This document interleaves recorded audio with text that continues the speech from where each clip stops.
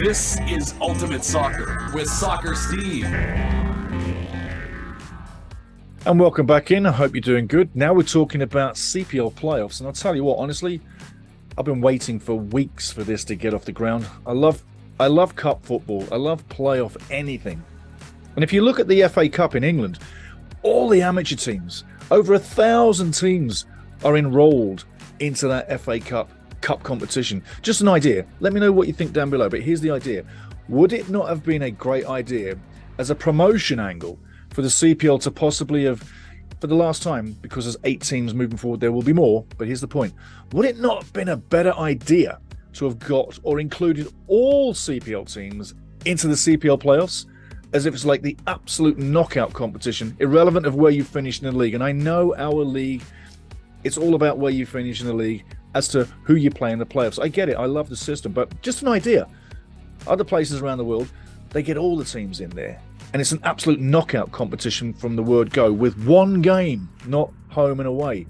Just an idea. Tell me what you think. But anyway, getting down to basics. First game we're going to talk about, Cavalry FC taking on Forge FC at Atco Field, Spruce Meadows, coming up this weekend. Forge FC is travelling in to Atco Field for the first leg. We'll play the second game on the 23rd of October, Sunday, back in Hamilton at Timmy Horton's Field. Now, this game here, let's take a look at the head-to-head first of all. Cavalry has the hand on the head-to-head, 2-1-1. 2 wins, 1 draw, 1 loss on the season. Forge FC, 1 win, 1 draw, 2 losses on the season. All games have been very, very tight.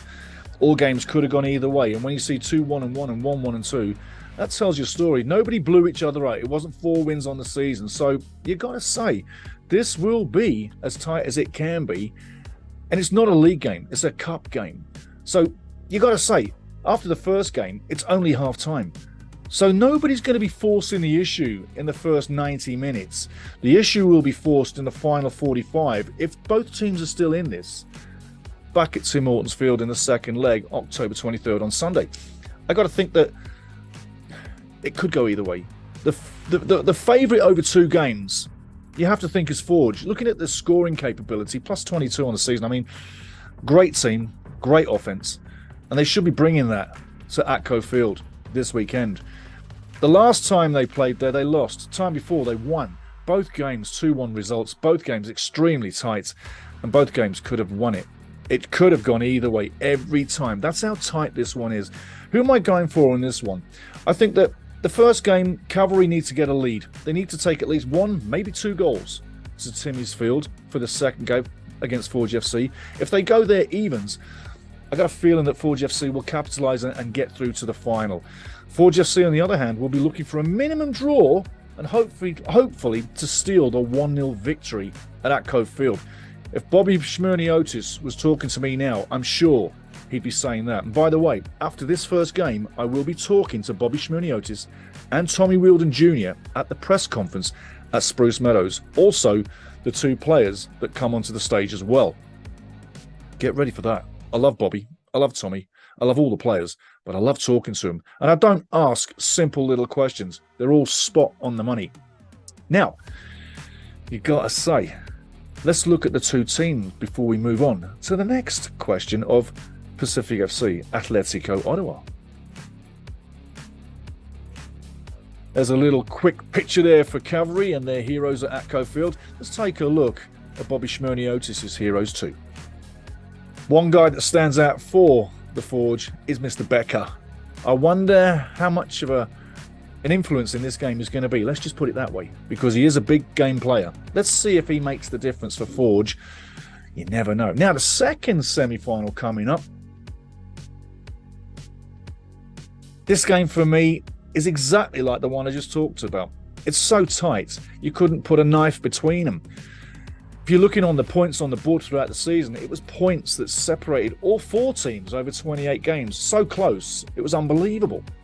So there's really no favourite in this one. It comes down to a simple who takes what, where. And what I'm saying is, Pacific need at least the 1-0, maybe the 2-1 to take back to Atletico, because let's face it, Atletico don't lose many games. They don't give you much. They don't cough up much. They're very disciplined, and they stay in that counter-attack system all night long. They've got great players. You know, Ollie, little redhead.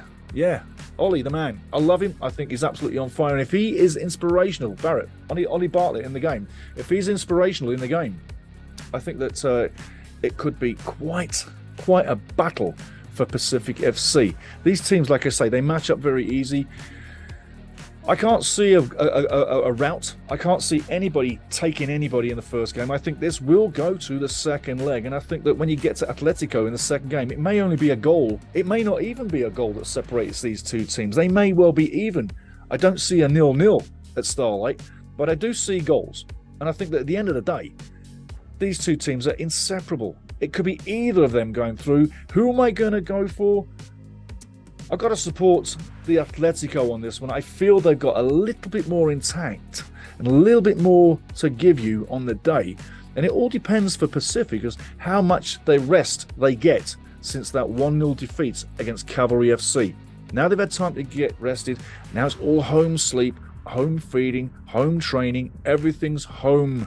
And that's what can get you set up for this game brilliantly. I think that the time they use this week will be noticeable the first 15 to 20 minutes in the game against Ottawa, and also it will be noticeable in the final 20 minutes as to how powerful and how strong those legs were. And I've got to say, Pacific really impressed me at Cavalry with how strong their physical nature is. They didn't get tired, and people expected them to. Now, on the end of the day, you got to say, this is so tight, it's hard to call, but I will say there's a slight edge with Atletico Ottawa. Don't hate me, Pacific fans, but I only see a slight edge. Both teams could get through. Let's take a look at the teams. There's your homebound team, rested, ready for battle. Let's take a look at the guys coming in. Carlos's boys, looking good as number one in the league, looked good all season, weren't on top all season, but soared to the top of the table just after midway to the end of the season, and they've been there ever since. It could be a double-double, a doubly for Atletico Ottawa if they win it. Will they win it? And finally, who is your 2022 playoff winner? I know we've got to get through the semi-finals first, but everybody has a thought in their head. I know you do.